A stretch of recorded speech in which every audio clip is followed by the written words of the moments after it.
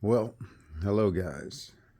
I'm going to show you, I'm not going to do a step-by-step because I wasn't going to make this video, but I'm such a nice guy.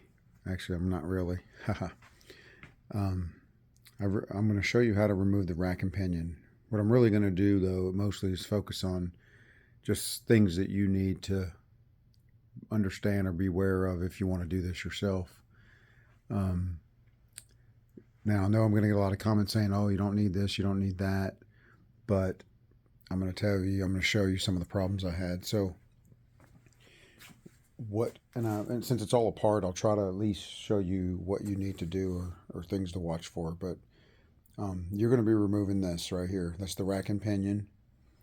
I'm replacing mine because it was leaking. Now, I'll tell you that my shock was also leaking, and that's really why I started the job, because this air shock was leaking on the passenger side. And I knew I had a power steering leak, but the boot was busted on one of these inner tie rods, and everywhere I went I had a drip, and it was just getting worse and worse. So while I had it apart, I decided to go ahead and just tackle this job. The main reason I tackled it is because just for the part alone, if you went to Mercedes, they wanted like $2,500 for the rack and pinion. I mean, they're insane. So don't even try going there because you're going to spend like $5,000 or $6,000. My local mechanic, he would have done it for a reasonable price. I mean, parts plus labor. I think he was like at $2,000 or something. But I was able to get this part for around $600. Okay, like O'Reilly's aftermarket. Now mine is with the, I think it's called a sensor, a driver sensor or speed sensor or something. So you need to know that before you buy it, because if you buy the one without the speed sensor, I think it's cheaper. So, you'll see on Amazon or something where they're cheaper, but then when you actually go to buy it, it's going to end up probably costing you $600. Now, let me just say this right off the bat. I have an air conditioning company, so I have acetylene torches. If you don't have that, and you also don't have an air compressor, like you see there, this job might not be for you. I'm going to tell you that right up front. Because even with these two things right here, an air impact, it was still a nightmare. Now, before you do anything or take any tire off your car, I'm going to let you know something right off the bat. There's two axles you're going to have to remove. There's a nut that goes on the end of this axle. You may get really lucky and that nut may come off really easy. But mine did not. And I'm telling you now, I've tried everything. And without an impact and acetylene torch, it was not going to come off. Everybody's going to say, oh yeah, use a big torque bar. Well, I did. Under this car, you're going to see an 8-foot long, oh, it's way back there. You can't really see it well, but on the left there, I have an 8-foot long fence post. It was so much torque that it ended up breaking my, didn't break this one because I got a new one, but I had this with, I think, like maybe a 19-inch socket or whatever it was. Might have been a 21, I forgot. And it literally bouncing up and down, it did not remove it.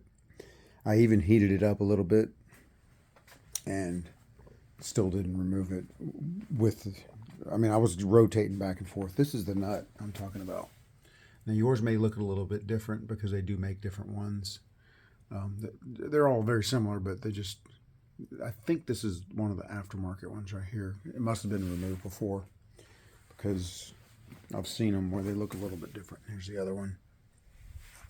The reason I'm telling you this up front is because once you start taking the tires off and you don't have the tools to get that nut off, you're going to be putting it all back together driving somewhere.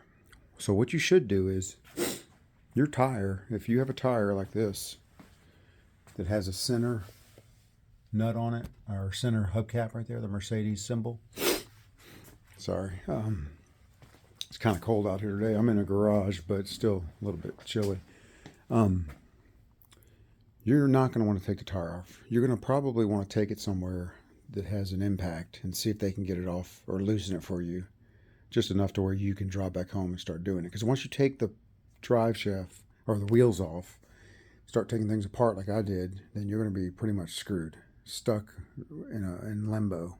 So at the end of the day, I'm just going to let you know, when I say heated, I'm talking, I heated. Now, if you have MAP gas or butane, propane, or whatever, I don't think it's going to get hot enough, okay? You can try, but probably won't.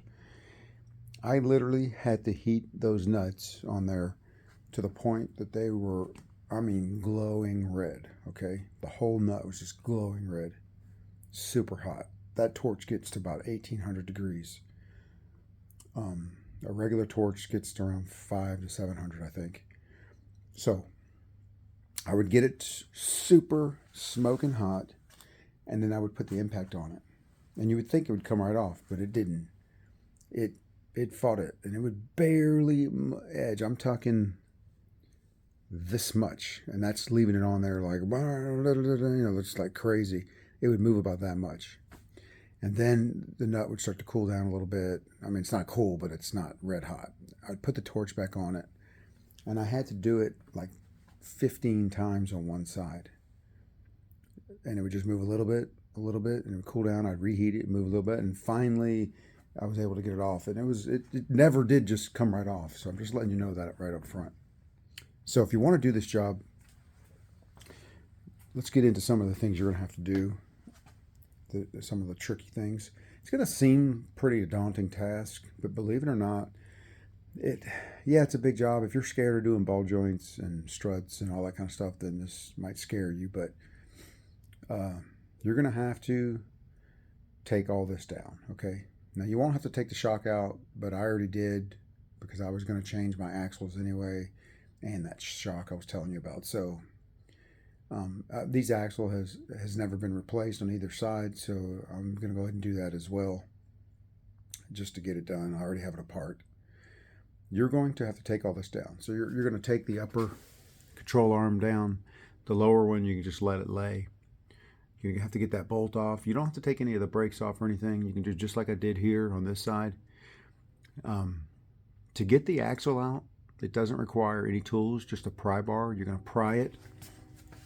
Now, I'm going to tell you now, this thing right here you're looking at, that's where the axle goes. So it's actually up in the air up here. It's just down here because you will have to remove that. This is like, I think a lot of people call it a transmission, but it's where your front axles go because I guess it's a four-wheel drive car, right? So they're going to go right inside there. All you do is get a pry bar, just kind of shimmy it in there and just crack those axles. They'll pop out. So because they just in there, you put the light on for you. They just pop in there right there, and they have that little lip right there. It just kind of locks in. So you just pop them out. You have to do that on both sides.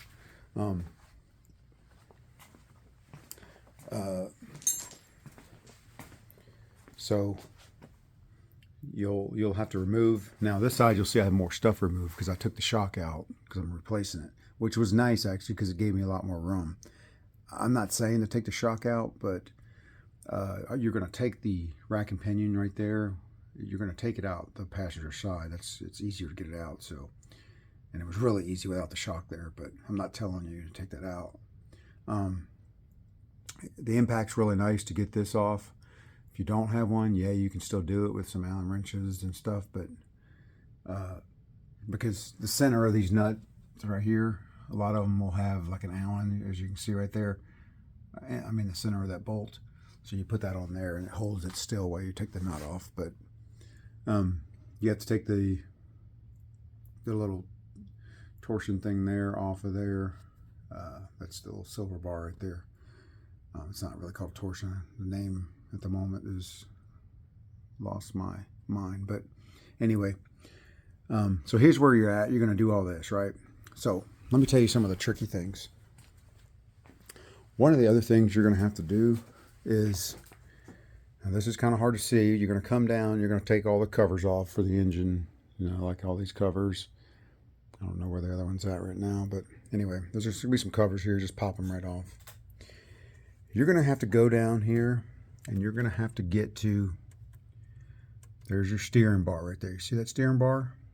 Well, it's kind of hard to see, But there is right there, that at the bottom of it, there's a little knuckle there, okay? And there's a bolt in there. So like a 12 point, whatever you call it, whatever you call those bolts right there. You see that little silver one right up top there? Whoop, messed my hand up. I guess they call them star bolts or whatever. Mercedes has a lot of those. But anyway, don't look at that. What I'm trying to show you is down below. Sorry, this camera's picking up a bunch of crap. Let me, hold on a second. Let me plug this light in, might help. I'll put this phone down for a second. So this ain't no professional video editing, so. But the reason I'm showing this is because I went on the internet to see somebody do it. I literally found one video, and he wasn't bad, but he was moving a little too quick with the camera, and it was making it really difficult to follow him. Now, let me grab this light down here as well. I'm trying to make it easy for y'all. Hold on. Bear with me here. Come on, light. All right. Okay. So one of the trickier things you're going to have to do is you're going to have to remove that. I can get that light in there for you, but so that's where your steering hooks to. You'll see that. You see that down there's a plastic, kind of yellowy white. That's just a guide for when you pop it off or pop it on. That's like the steering. That's the rack and pinion you're looking at. Okay, that's the steering spindle where your steering hooks to. There's a little nut in there. You're going to take that nut out of the black thing. And God, I wish this phone would focus, but it won't. It's focusing on everything. Let me see if I can get it to focus down there. You're going to go down below before you take a bunch of stuff out, and you're going to take that screw out, all the way out, and then you're going to use a pry bar, and you're going to stick it under the knuckle there, the black part, right above the plastic. And you're going to push it, you're going to hit it with a hammer, and you're going to knock it off. It's going to come off pretty easy, I'm going to tell you right now. Getting it back on is going to be the trick. To get it back on, and it's tight, you're going to flip that knuckle where it's facing. It's on a little hinge. You're going to flip it up, and you're going to take this pry bar right here, and you're going to stick it. You're going to wedge it in there, and you're going to beat it to widen it a little bit, open it up. Because if you don't, you're not going to get the new spindle.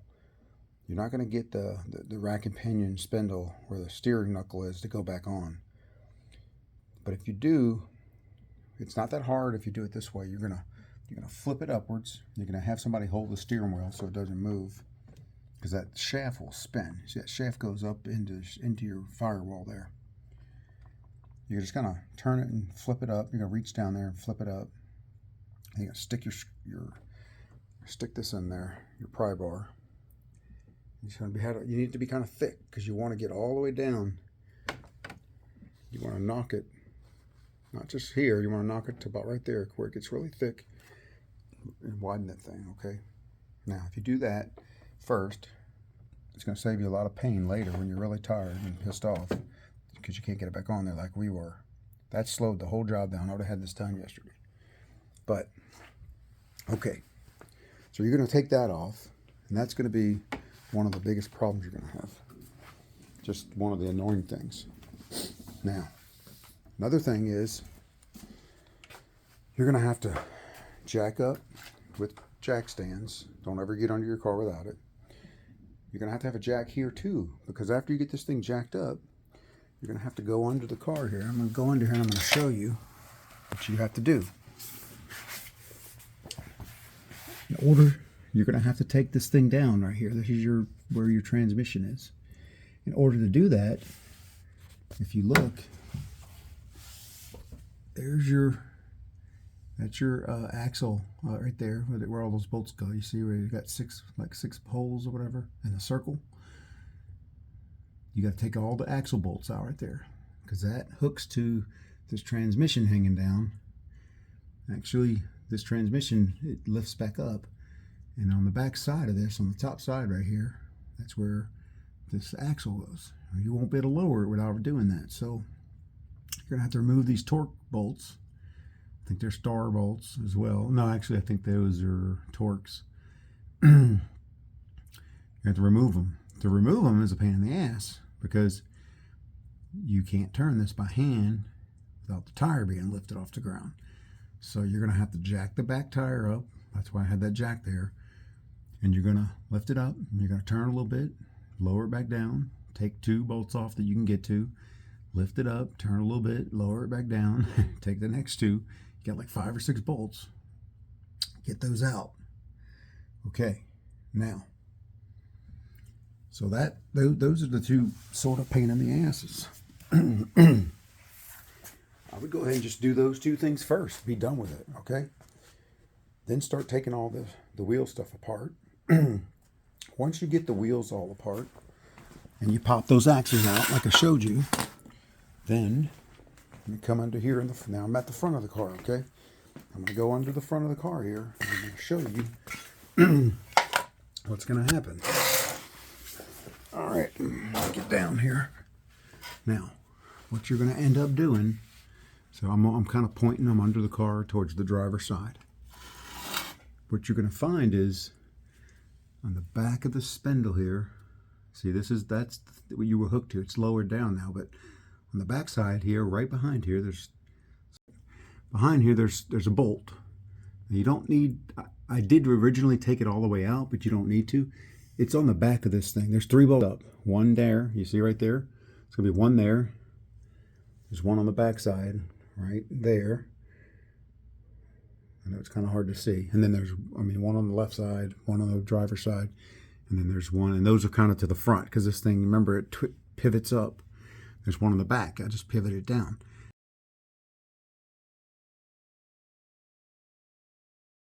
I originally took that bolt out, but you don't need to, I don't think. I think you can pivot it down by just loosening it a little bit.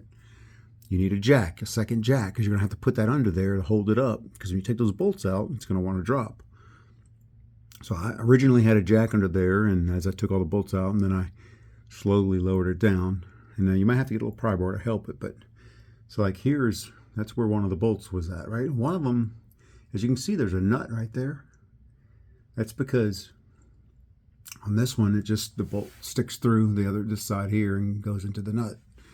But I think on one of them, you actually have a nut that comes off completely. So in this case, you just have a bolt right there. It's already welded on there. So basically, this has to come down. So that's the meat and the nastiness of this job. You got to take the axles out, both sides. Take those bolts out I showed you from the back side. Lower this out of the way, because you won't be able to get this rack and pinion out. Now, getting the rack and pinion out is fairly easy. The big scheme of things, it just sits, I don't know if you can see it, it's kind of hard, but it just sits right there. Just sits right up there on top of there. That's the new one sitting in there right now. It's just got 2 bolts holding it in. There's some little brackets that you'll have to take out as well. Let me see if I can show you. Like right here. So, let's see. That little bolt right there. That holds a bracket on, right? That little Torx. You got them on both sides, the driver and passenger. This is the driver's side. That just holds this bracket on, which is part of where the bolt right above that. See, there's a bolt right above that. That holds the actual rack and pinion on. So you'll take the top one off first. That's just a regular bolt and nut. Pull it out of there, and then if you take the Torx out, this whole bracket gets out of your way. Just a small little bracket about that big, and it just pops out of the way. And you'll do that on the other side as well. Oh, I can show you this one. It might be a little easier to see. You see, there's a bolt and a nut on the passenger side right there.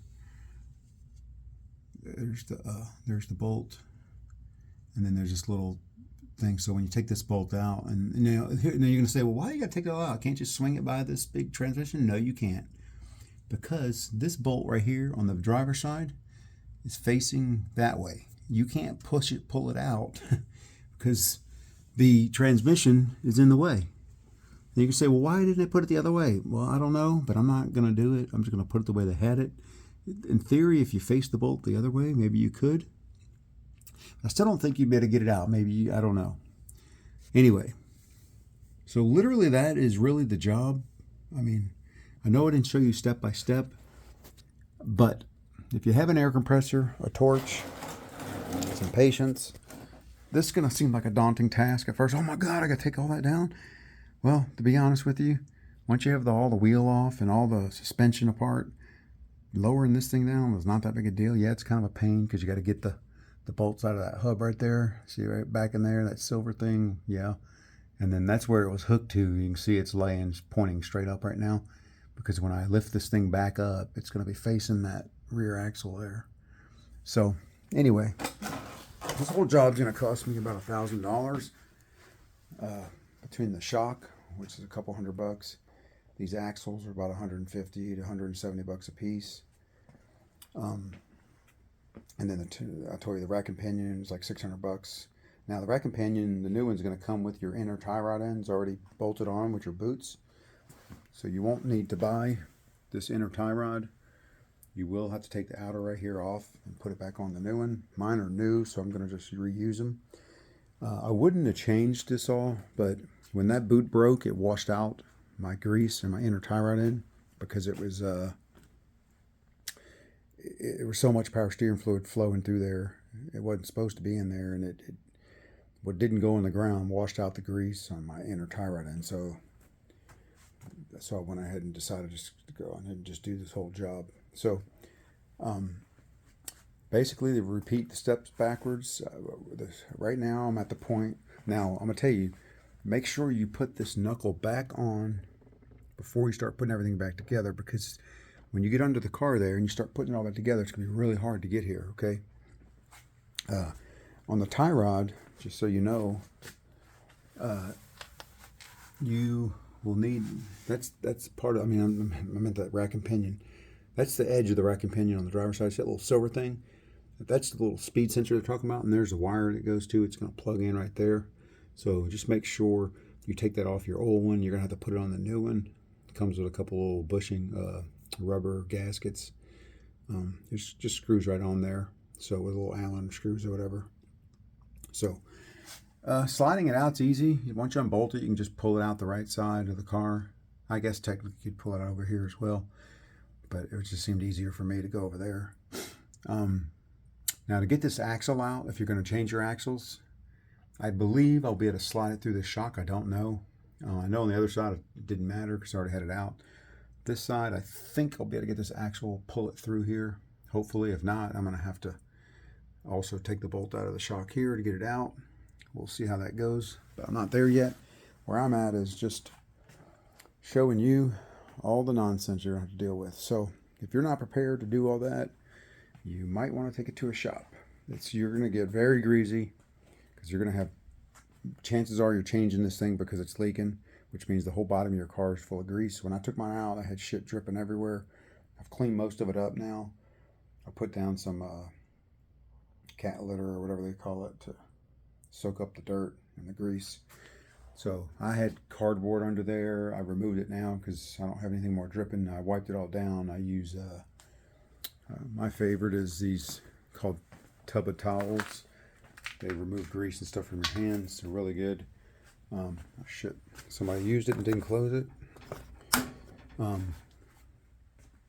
But I use that, and I just wipe down everything under there really good. Stop it from dripping. So that's it, man. I hope this helps anybody.